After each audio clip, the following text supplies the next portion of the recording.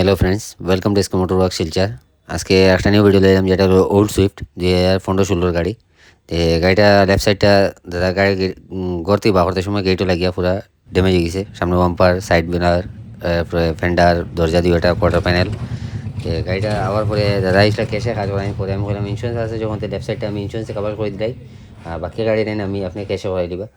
তো এই গাড়িটার মধ্যে আমরা সামনে অফিসে বাম্পার বদলাইমু, ফেন্ডার একটা বদলাইম, লেফটের সাইড মিরর একটা বদলাইম। বাকি গাড়ি আমরা যেরকম আছে ওরকম রিপেয়ারিং করিয়া পেন্ট করে দিমু। তো আপনারা ভিডিওটা কন্টিনিউ করেন, দেখুন কীরকম হয় কাজ আমরা।